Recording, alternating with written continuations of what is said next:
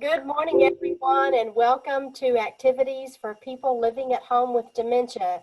My name is Gail Snyder. I'm the Executive Director for Dementia Friendly Fort Worth, and we are proud to offer this program with funding from the Area Agency on Aging and United Way of Tarrant County. These programs are recorded and are made available for future use through a YouTube channel.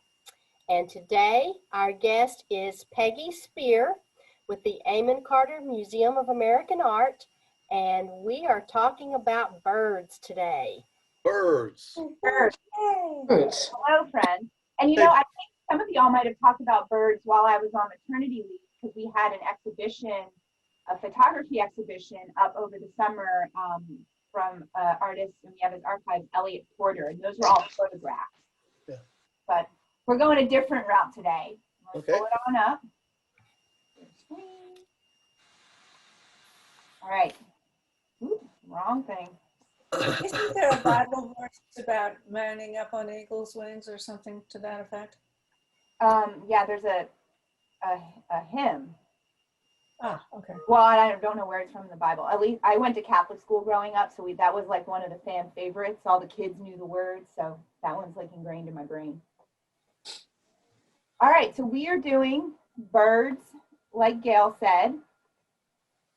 And we're going to look at 3 different artists, and then I just threw some fun images we have in our collection of birds in at the end. But we're going to start with the artists, the Gentling brothers. Are any of you Fort Worth natives? No. No? No, but I know Gentling. Okay. So these 2 guys are, wait, no, you know what? I'm jumping the gun. First, we're going to start with Audubon, the original bird guy. How many of y'all have heard of John James Audubon? Oh, Yes. Yeah. Are any of you in the Audubon. Audubon Society? Yes. Oh, you are? I was for a while. I haven't been lately. Okay. Yeah, it doesn't surprise me Martha was. She's a bird lover. So John James Audubon was one of the original, if not the original, bird artists. And he traveled North America to depict all of the different birds that he could find, and would do life-size drawings of them. So he worked very closely with Black and Indigenous people who were often out in the field or living in nature and knew an area very well that he was not familiar with. So he gained a lot of information that way. He did a lot of his own traveling, and he would often take birds, see birds in nature, and sometimes take them home with himself because you'll notice here, the amount of detail Right. is more than I don't know about you guys, but I would not remember that type of detail when I was back in my studio without referencing. And photography at the time wasn't where it would be where he could snap a picture and then draw what he No. found. So Wow. he was really known for, one, how beautiful they were, making this ornithology and art. But he was also known to make him a little romantic, maybe posed a little in a way that wasn't quite how you might see him in nature.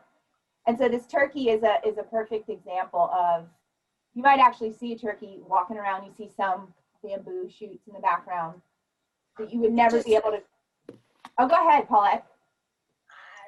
I can't, I've tried so hard not to say this, but you can't help but love the title of this painting. Yes. Yeah, I know. I'm sorry, I apologize. You talking about the wild turkey part or the Volgo part? He loves the title. The Great wild American cockmale. And so, yeah, he, and then here's the female. I think the coloring of the male is prettier, Yeah. but I think the picture of the female is actually nicer. I love this. I love it. She's more of an action picture. Yeah, you get that feeling. Yeah. What do you say that? Martha? Movement. Like, what do you see that? Being a mom is an active role. Babies. Ain't that the truth, Paulette? Yeah, you've got little babies. You've got some some little young that are lame, maybe they trip, still getting a little feel for walking. And here you get this sense of just kind of, I'm the turkey. Look at, I don't need anyone but me. Feels very kind of almost stately in his pose. But John James Audubon would, he created all of these different prints over the course of, I think it was from 1827 to 1838. So a long time. And he ended up doing 490 different species found Wow. in the North American continent. How many was that? How many? 490 different species. Wow. And it was, let me look at the number, make sure I'm right. It was 435 plates. So different, so in some instances he might have had, like you see here, well, this is all one type of bird, but in some instances he might have had a branch and then there were like 3 different types of little birds on it. Okay. So that's why there are more birds than plates, because he sometimes does a Plates? couple You say plates? plates, yeah, so prints essentially. Okay. And so they were then watercolored. So they would first be, they were engraved, and then he would go back, or he would have sometimes studio assistants go back and paint them all in. Yes. The Wow. engraving with applied watercolor. Later. And he would send, so what he started doing was, because he was really interested in this project, but he needed funding to be able to go see all of the areas that have different birds. He needed funding. So he started a subscription service where people would pay, and every so often he would mail out some of his new prints. So for example, let's say in March, he would mail out 5 prints, and you would, as you as the subscriber, would get all 5 in the mail. And so this was kind of an affordable way for people to get art for their house. Yeah. Was an affordable way for people to see birds that they may never see. Mhm. And it was a way to learn about birds, and for those who were actually interested. So he did this over the course of however many years it was, I think it's 9 or 10. And he mailed out 85 different mailings of 5 birds. Wow. And then at the end, you would have 400, you had the 490 different sheets. Wow. Imagine to have all of those today. I know. Oh my gosh. When his works are beautiful, like Paulette said. So is there one book that has all these painting pictures in? Yes, we actually have a copy of it here at the museum in our library. So if you are ever to come here, you are able to request that they pull it out and you can see it in all its glory. And we also then have all of the sheets as individual plates as well. So every once in a while we'll hang some of his birds out, but we never hang them all at once. And man, we don't have enough wall space to hang them all. No kidding. But the same thing, like we've talked about with papers in the past, once a work on paper goes on view, we then have to rest it for a few years because of the watercolor and it being on paper. It needs time to heal, essentially. So, of course, we all know John James Audubon and his beautiful birds. Well, of course, he was like setting the trend, and many people were interested in what he was doing. So he inspired, we talked earlier, the local artists, the Gentling brothers. And so here's their turkey. So as a reminder, their turkey, their brothers, we'll talk about them. Audubon's turkey. Kind of looks like a spitting image. But Audubon did it better, in my opinion. So what do we see here? What are you noticing about this particular one? It's different coloring. Different coloring. Totally different scenery. This is a distant scene in the background. Yes, really good point, Martha. Yeah. So the Gentling brothers, they were twins. Got a picture of them right here. Scott was on the left, Stuart's on the right. They're twins. They would tag team these artworks, and together they would produce their prints. So that the first print that they ever owned was Audubon's turkey. And so they felt inspired, and then they wanted to create plates of birds that were Texas birds. So they created a book, and it was of plates again, only 40 birds this time, and it was all of just Texas native birds. So what Martha had pointed out is they would focus on the bird, but they would also incorporate some sort of Texas scenery in the background. So this feels maybe it might be West Texas, maybe closer down south. Flat, whenever rolling small Yeah. hill flat. Flat. So can Yeah. I ask a question? Sure. I'm not clear. It says half-tone color print. Was it actually a drawing that they made and then watercolored? So yeah, so what they would do is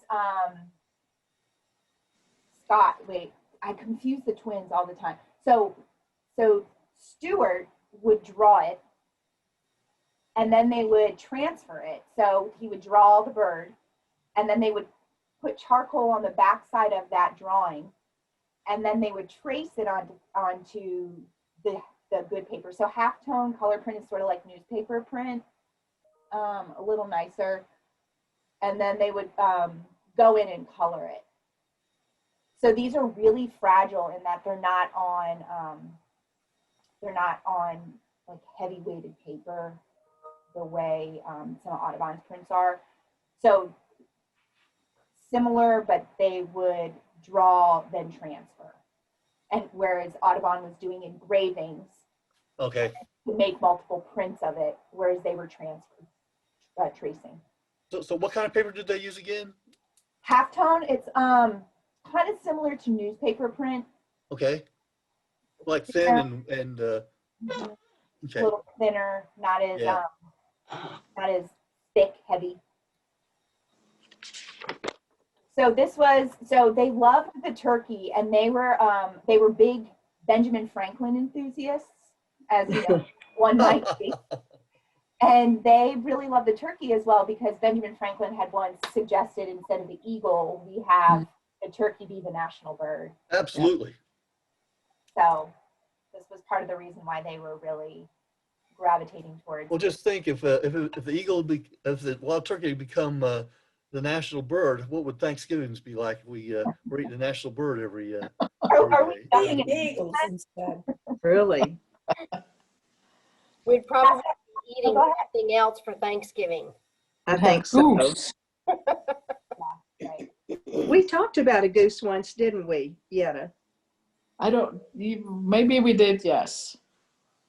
Well, that was what inspired me to do the turkeys, and then I was finding out all this information about them. But because Thanksgiving's right around the corner, and we just recently had this artwork, the Gentling's artwork, and then next to the John James Audubon one, and it was really cool seeing them on the wall, and they're Really? massive. I mean, like, you're thinking, it might just be like a 9x12.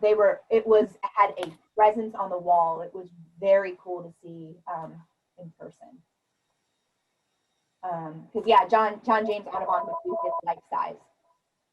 And so this one isn't quite as big as a life size one. So of course they didn't have the same.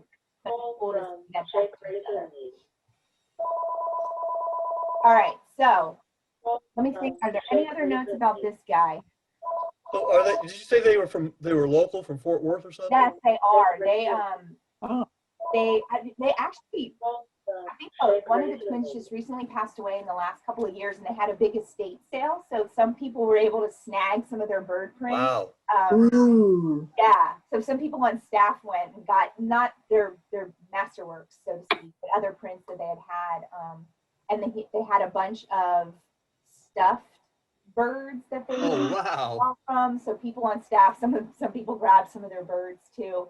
Wow. And they grew up with birds, so they were bird people from the jump. They had hawks growing up, and Oh, wow.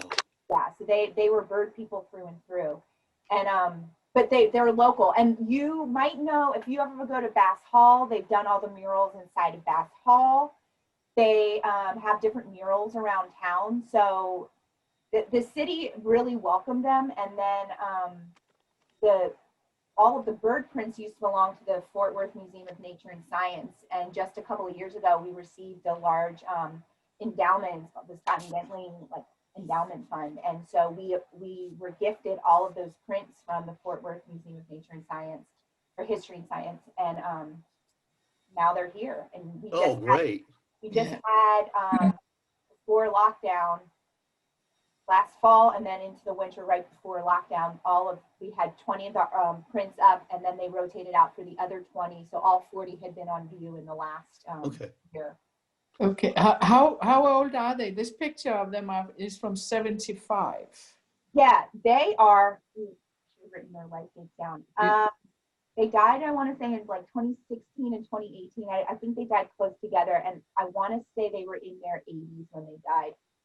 Sorry, I'm sorry, say that again. I think they were in their 80s when they passed away. Oh, in their 80s. Wow. Wow. Yeah, they were older. Yeah. I was just going to say, I look like that in the 70s too. That's a look. Did you have a beard? Or did you have your beard then too? Well, I just had long hair. Just long hair. Well, yeah, there's some pretty fun pictures of them.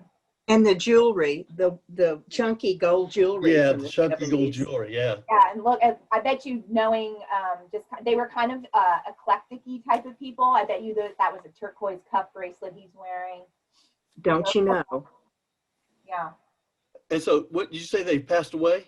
Yes, they're both no longer living.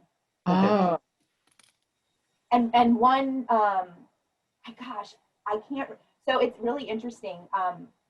They're twins, but they don't like to be referred to as twins. They're referred to as brothers. So in any Brothers, yeah. they're always just referred to as brothers. But I think they're only minutes apart from each other. And so one was a little more outgoing and social. One was a little more recluse. And so, but they were thick as thieves and did all of their artworks together. So they had a wonderful creative dynamic between the two. And we're having a big next summer. You can think that far ahead. We're having a big exhibition because we inherited their estate or were gifted their estate. We're having a big exhibition of some of the ephemera that they had, the birds that were stuffed, other artworks that they've worked on. So it will be a really, really cool and very eclectic show because of their personality. So keep your eyes out for that next summer. Summer, it's great. Sounds great. All right, we got one more artwork that we're going to talk deep about, and this is two hummingbirds above a white orchid. Have any of you seen this? Is like one of the staples here in our permanent collection. It's almost always on view. Have any of you seen this one before? I don't remember it. Yeah, it's kind of it used to be by the bathrooms, so some people just sort of walk past it. Yeah. But it's only about, yeah, it's one of those like, oh, there's birds, keep on going. I got a mission. I'm going to the bathroom. Mm-hmm. But it's not large at all. It's, I didn't include any dimensions this time. That was my fault. It's probably, a little over 1.5 feet long and not about 1 foot wide. It's pretty small.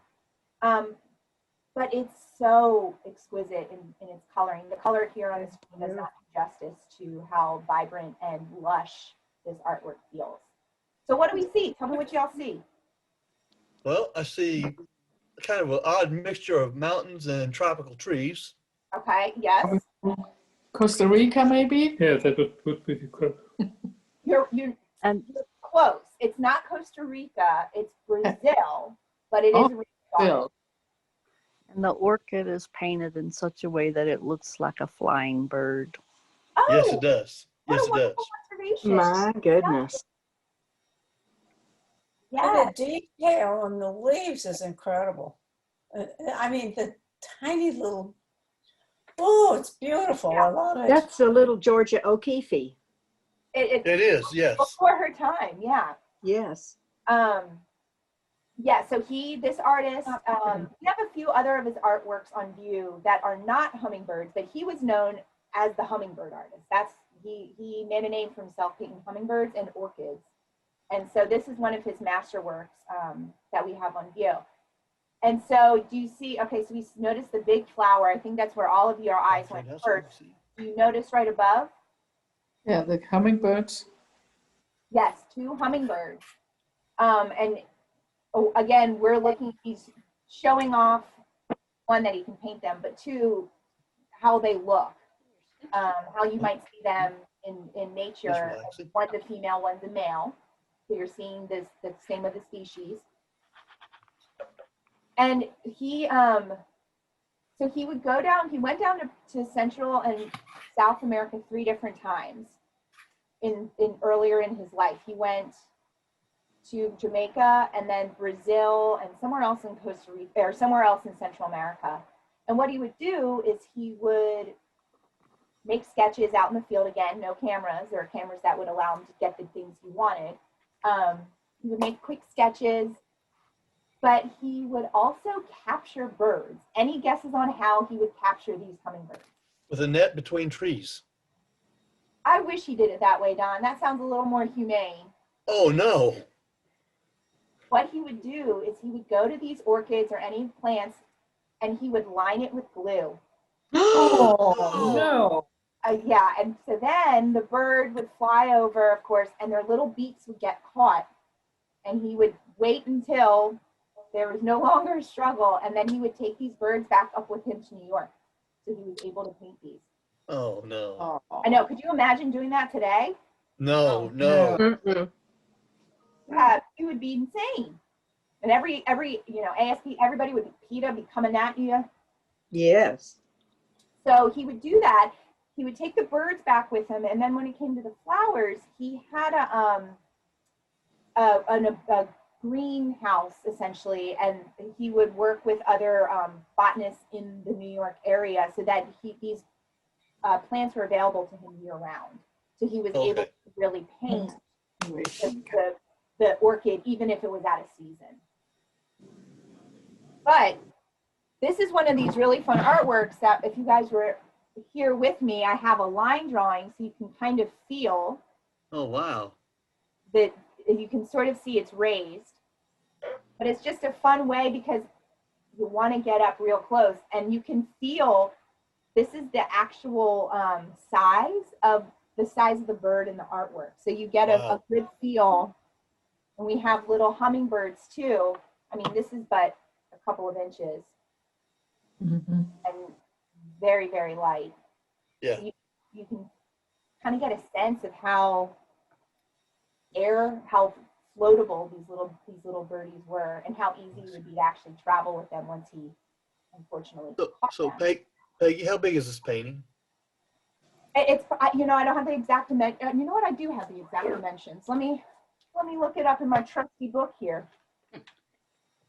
It's not big, and the frame that it's in, which we don't have it photographed in its frame, is a really ornate gold, beautiful frame really makes some of the details pop. Just adds a little element of glitz to it.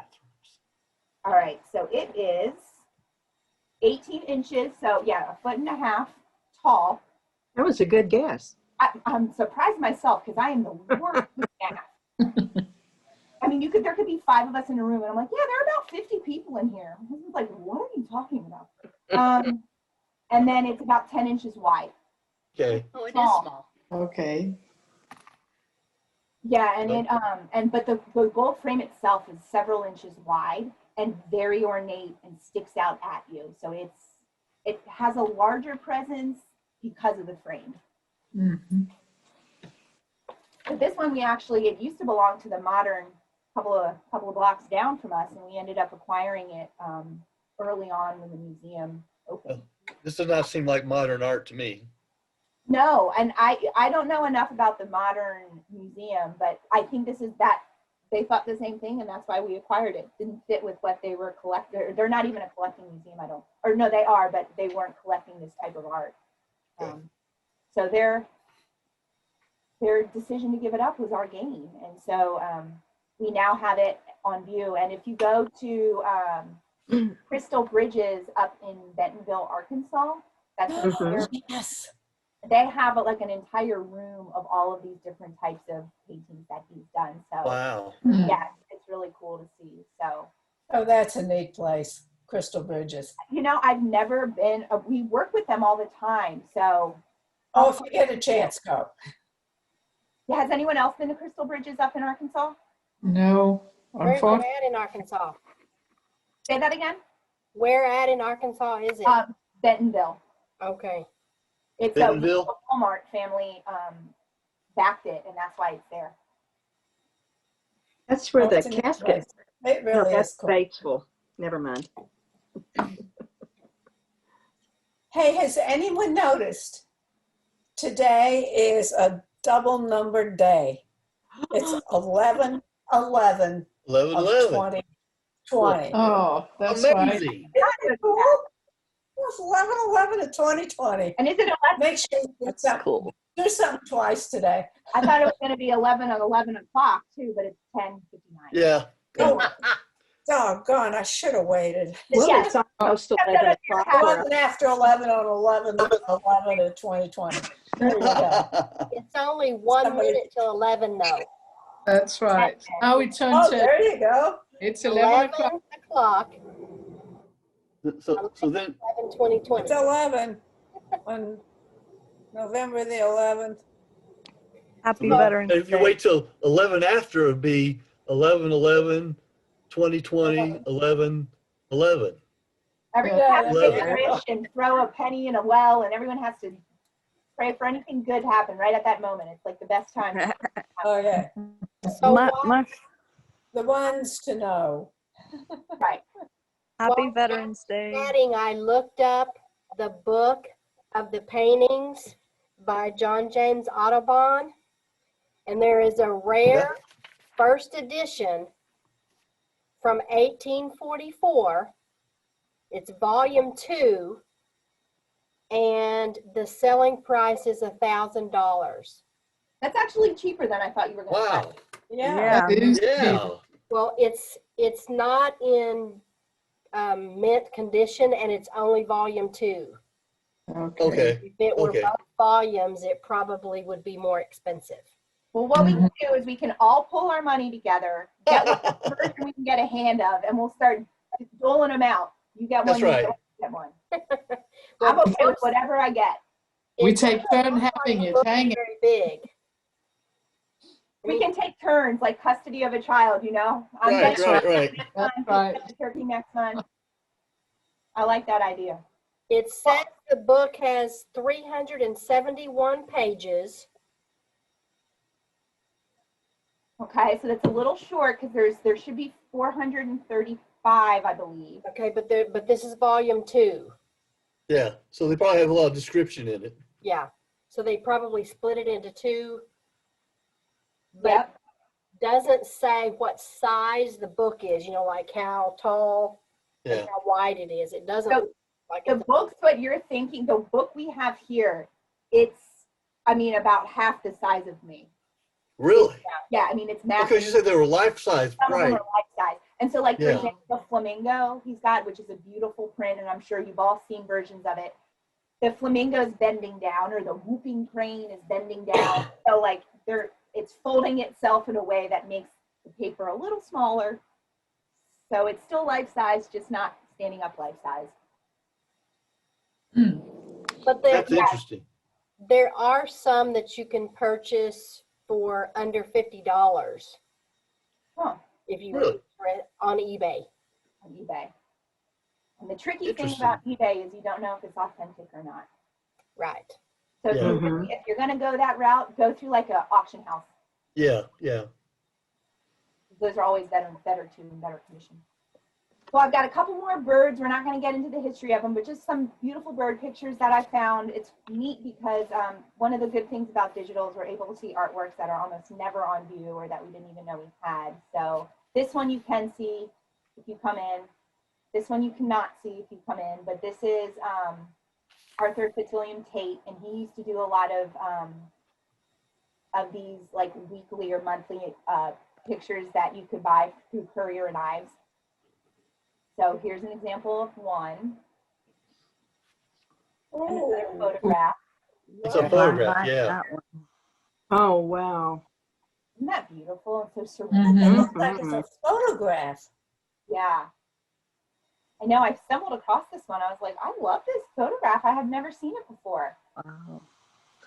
And then We got to end with our turkey. Oops. Now there's the turkeys I recognize. And I'll tell you, in this series, we start with these turkeys and we end with the turkeys we get at the supermarket. So I kept it on. Well, yes. Did you happen to bring the picture of the two birds that represent the Gentling brothers? No, I didn't pull that picture. Do you have it? Not handy. I'd have to look it up on Google. No, I don't have. Well, that's a story for the bass, isn't it? Probably. You know, and it's funny because when they were telling the stories of some of the birds, they were really focused on a lot of the art making of it and not necessarily the biographical information of it. So Mhm. I didn't, some of that stuff was glossed over, so I didn't know some of those details. Yeah, it's okay. Yeah. That Well, can be a future deal. Yes, yeah, well, and I'm sure they'll get into that with that exhibition we have coming in this summer. That will be a lot more, I think, biographical than what we were doing with the bird prints. So I'm going to leave you with some turkeys, getting us geared up for later this month. And I emailed Gail, but I switched our talk for next week, and we're going to talk about politics. And we're not talking blue or red, but we're just talking about we have some beautiful George Caleb Bingham prints on view right now, and an artwork from St. Louis Art Museum that's on Oh, loan. St. Louis.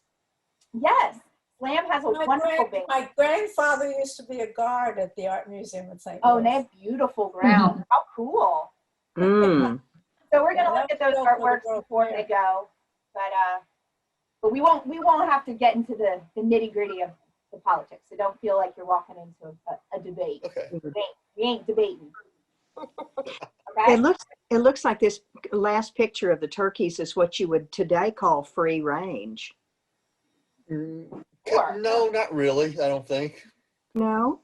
Free range is basically open area with a large fence holding everything in it, but it gives them room to run around wherever they want. This is really these are pens actually. But I'm Okay. sure it's probably better conditions than what was Yes, yes, happening. yes, it at is. some of our Absolutely, it is. poultry farms Yes. now. So, all right, my friends, it was good seeing Thank you. all. you. Okay, thank you, Thank Peggy. Great day. Great Thank day. you very much. Thank you, Peggy. Thanks, guys. I'll see y'all next week. Have a good week. Thank Okay. you. You too. Bye. Bye. Thank you. Bye. All right. Well, let's see what's up for tomorrow. As you all know, we rearranged our schedule this week. So tomorrow is Mind Fit with Dave Parks. Yay. So come ready to put that brain to work. Oh Good boy. luck on that one. So I hope you all enjoyed Peggy's presentation on. Absolutely. Oh, Yeah. yeah. It's always nice.